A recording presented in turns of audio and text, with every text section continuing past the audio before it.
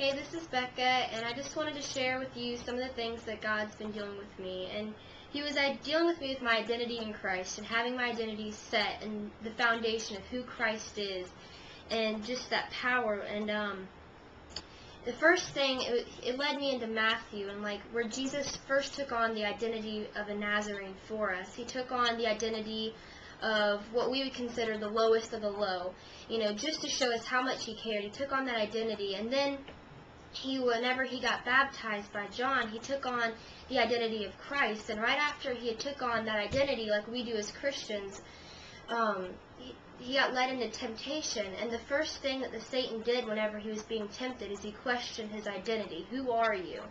And the first thing he said, that Satan said, is, if you are the Son of God, which is questioning his identity, then command these stones to become bread, because Jesus was hungry. And it's very much like us whenever we have physical issues. When you're going through something physically and you're weak emotionally, Satan will question, well, if you are a Christian. And Jesus turned around and said, man shall not live by bread alone, but by every word that proceeds from the mouth of God.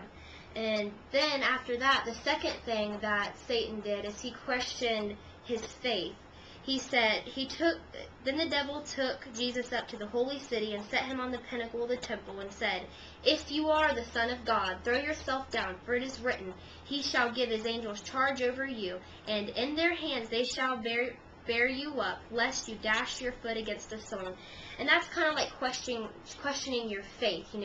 If God is who he says he is, then you won't go through anything if you do this or if you do that, and that's not the case at all. And then the third thing is he questioned Jesus with the desires of his heart. Since Jesus was a king, it's kind of like when you're tempted with the things you struggle with. The devil took Jesus up on an exceedingly high mountain and showed him all the kingdoms of the world. And he said to him, all of these things I will give you if you fall down and worship me. And that's kind of what Satan does, if I will give you all of the desires of your heart if you just give into this little sin. And that's actually his way of getting you to give up your identity in Christ and who you are. And Jesus responded, away with you, Satan, for it is written, you shall worship the Lord your God and serve him only.